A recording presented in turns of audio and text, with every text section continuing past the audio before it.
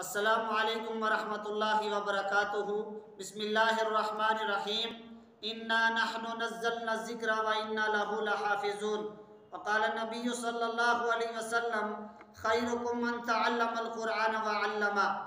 اللہ رب العالمین قرآن پاک کے اندر ارشاد فرماتا ہے کہ انا نحن نزلنا الذکر وانا لہ لحافظون، کہ ہم نے ہی قرآن پاک کو نازل فرمایا ہے اور ہم ہی اس کی حفاظت کریں گے۔ اور اللہ کے نبی صلی اللہ علیہ وسلم نے فرمایا تم میں سے بہتر وہ شخص ہے جو قرآن کو سیکھے اور سکھائے۔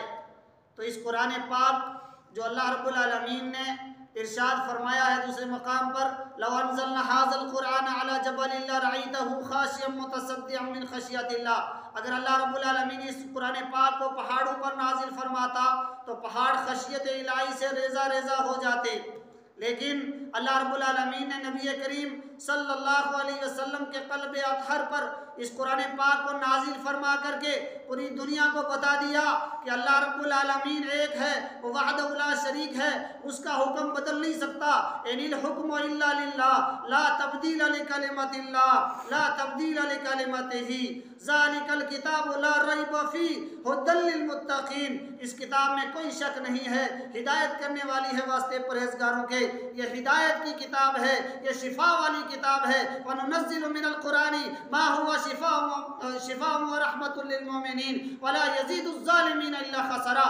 یہ مومنوں کے لیے شفا ہی شفا ہے، یزیدوں کے لیے، منافقوں کے لیے اور کفار کے لیے خسارہ ہی خسارہ ہے، نقصان ہی نقصان ہے۔ لیکن اس پر بھی وسیم رضوی نے جو اٹیک کیا ہے پچھلے دنوں تھے، ایک ویڈیو جو ہے وائرل ہوئی ہے اور اس پر اس نے جو اعتراض کیا ہے، میں اس پر اس کو 26 آیتوں پر جو ہے اس نے اعتراض کیا ہے کہ ان کو ریموو کیا جائے معاذ اللہ نعوذ باللہ۔ وسیم رضوی کان کھول کے سن لے، لیکن تو یہ جو حرکت کر رہا ہے یہ خلاف شرعی حرکت ہے۔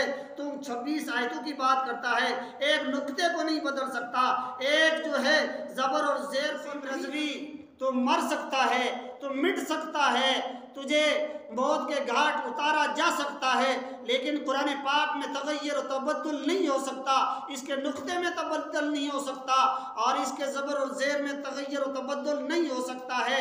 تو کچھ بھی کر لے، تو صحابہ کرام پر تو نے جو تنقید کی ہے یہ وہ صحابہ کرام ہیں جن کے بارے میں نبی کریم صلی اللہ علیہ وسلم نے ارشاد فرمایا ہے خیر القرون قرنی ثم الذین یلونہم ثم الذین یلونہم، سب سے بہتر میرا زمانہ ہے اور میرے بعد میرے صحابہ کا زمانہ ہے اور پھر تابعین اور تبع تابعین کا زمانہ ہے۔